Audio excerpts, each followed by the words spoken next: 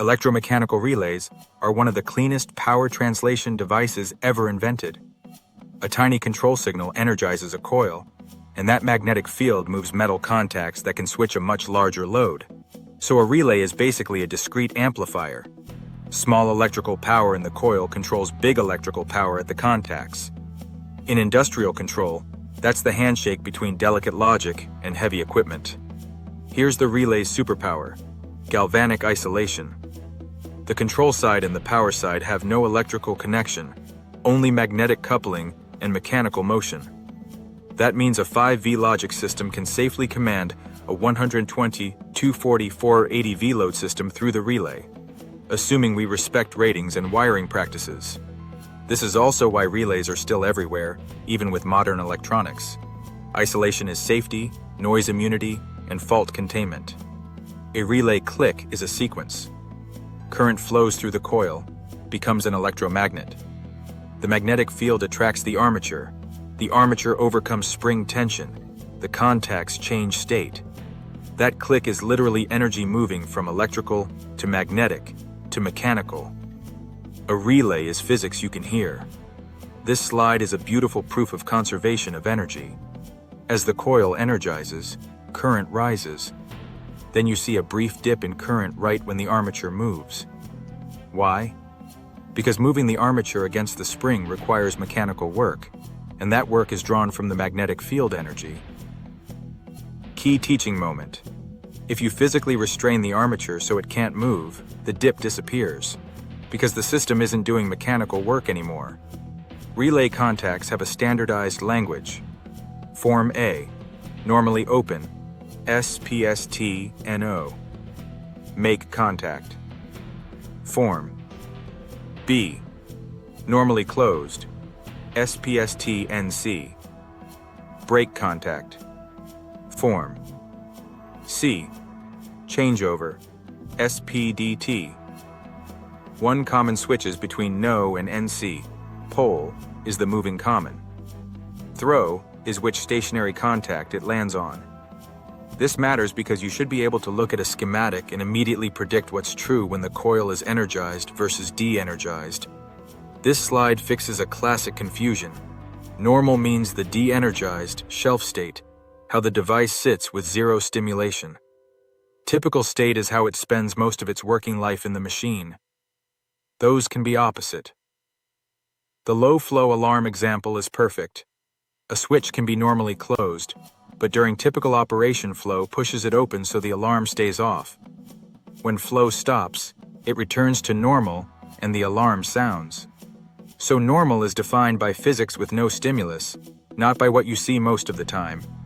Relays have coils, and coils are inductors.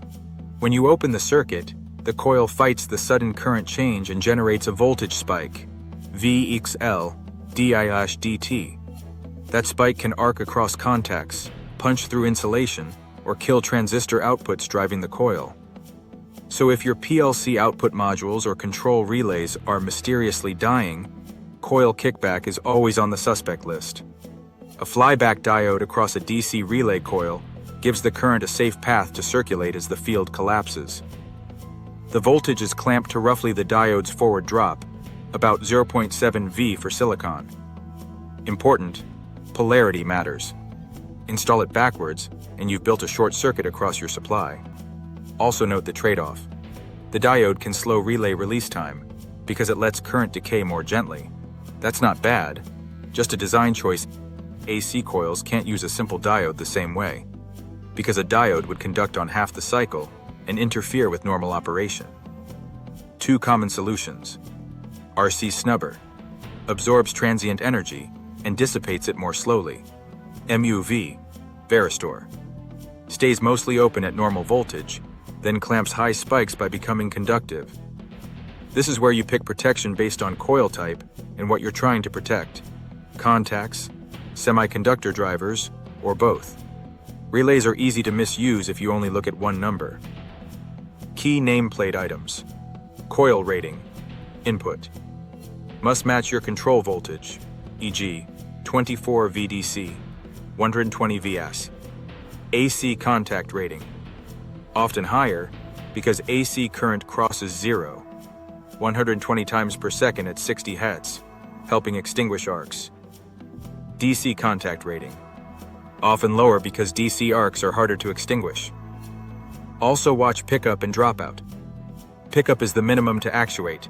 Dropout is the maximum where it releases. Those matter in brownout conditions and long cable runs. Time delay relays are logic in a box. This slide is showing the common timing families.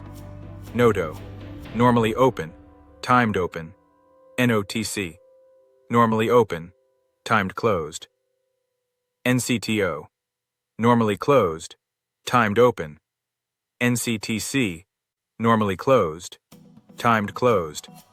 The arrow mnemonic on the slide is great. Arrow toward contact implies on-delay behavior.